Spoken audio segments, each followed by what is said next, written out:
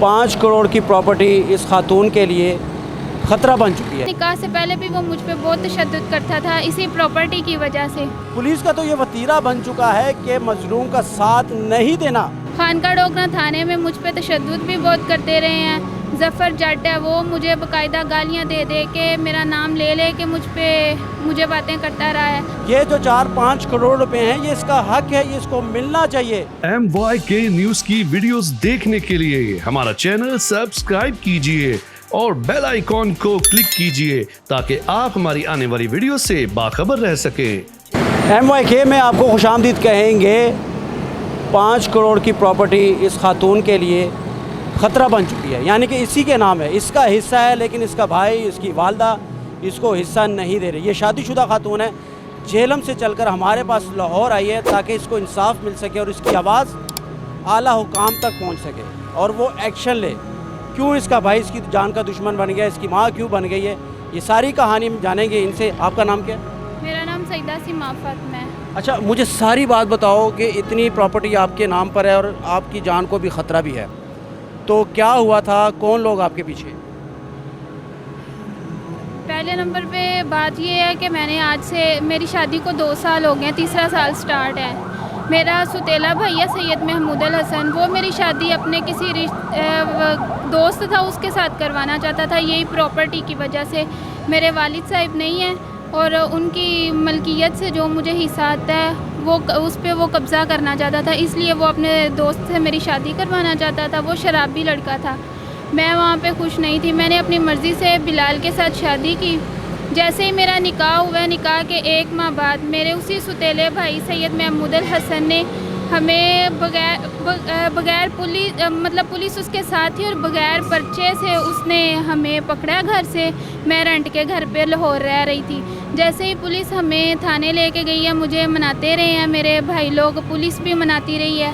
SHO है जफ़र जट, वो बाकायदा मुझे गालियां दे दे के मनवाता रहा है कि तुम मानो और इस लड़के को छोड़ दो, क्योंकि मेरे भाई जो सैयद महमूद अल हसन है उसका मेन उसको प्रॉब्लम ही प्रॉपर्टी थी ना, कि किसी तरीके से ये लड़की मान जाए और प्रॉपर्टी वो मेरे नाम लग जाए।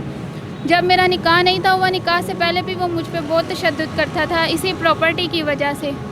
तो इसने इस लिहाजा उसके बाद इस तरह हुआ है, मुझे मनाते रहे हैं, मैं नहीं मानी। फिर इन्होंने बिलाल और बिलाल की फ़ैमिली पे, मेरे ससुराल वालों पे, मेरे उसी भाई सैयद महमूद अल हसन ने अपनी बीवी के अगवा का सईदा सफूरा रिजवी उसके अगवा का 496A का पर्चा करवाया। जैसे ही पर्चा हुआ है और मुझे तो इन्होंने दारुल अमान छोड़ दिया है। खानका डोगरा थाने में मुझ पे तशद्दुद भी बहुत करते रहे हैं। जफ़र जट है वो मुझे बाकायदा गालियाँ दे दे के मेरा नाम ले ले के मुझे बातें करता रहा है। जफ़र वो अकरम ASI है, वो तफ्तीशी था, उसने बहुत मारा। जुल्फ़कार विरक है वो मुझे मारता रहा, लेडी ने भी नहीं मारा मुझे। माँ को तो बेटियाँ बड़ी लाडली होती हैं, घर में माँ अपनी बेटियों से बहुत प्यार करती हैं, तो तुम्हारी कैसी माँ है? मेरी अम्मी बिल्कुल साथ नहीं देती। नहीं, वो मेरा साथ नहीं देती क्योंकि वो मेरा सुतेला भाई है। उसने उनको इतना प्रेशर मेरी अम्मी पर डाला हुआ है ना कि मेरी अम्मी मुझसे रब्ता भी नहीं करती। वो बस डरी हुई हैं कि कहीं ये मेरे साथ ना कुछ कर दे या मेरे साथ कोई ज़बरदस्ती ज़ोर ना कर दे, क्योंकि मेरे अब्बू नहीं हैं, इसलिए वो भी उनके साथ ही हैं। फिर मुझे इन्होंने मेरी जान को वहाँ पे भी बहुत ख़तरा था, मुझे इन्होंने दारुल अमान छोड़ दिया। जब बिलाल की ज़मानत हो गई, क्योंकि जो सफूरा थी मेरी भाभी उसका पर्चा था, उसने जज साहब ने बोला कि अपना मेडिकल करवाओ। उसने फ़ौरन इनकार कर दिया कि मैं एक सैयदज़ादी हूँ और मैं मेडिकल नहीं करवा सकती। तो जज को भी पता था कि इनका पर्चा झूठ है। उसने 10 से 15-20 दिन लगे हैं बिलाल की और उनके घर वालों की ज़मानत हो गई है। मैं दारुल अमान से इन्होंने मुझे निकाला। मैं अपने ससुराल के गांव ठटान उस्तर रह रही थी, वहाँ पे भी मेरा यही सुतेला भाई सैयद महमूद अल हसन और मेरा दूसरा भाई अली हुसैन। आप क्या कहते हैं, अब ज़िंदगी को कितना ख़तरा है? शोहर किधर हैं आपके? शोहर भी बस मेरे साथ ही होते हैं, लेकिन हम जब कभी निकलते हैं हम इकट्ठे नहीं निकलते, क्योंकि हमारी जान को बहुत ज़्यादा ख़तरा है। वो किसी टाइम भी हमें मार सकते हैं। उन्होंने वाज़िया खुल्लम बोल दिया, खुल्लम बोल दिया कि बस जहाँ पे भी मिले नज़र आए हमने मार देना इनको।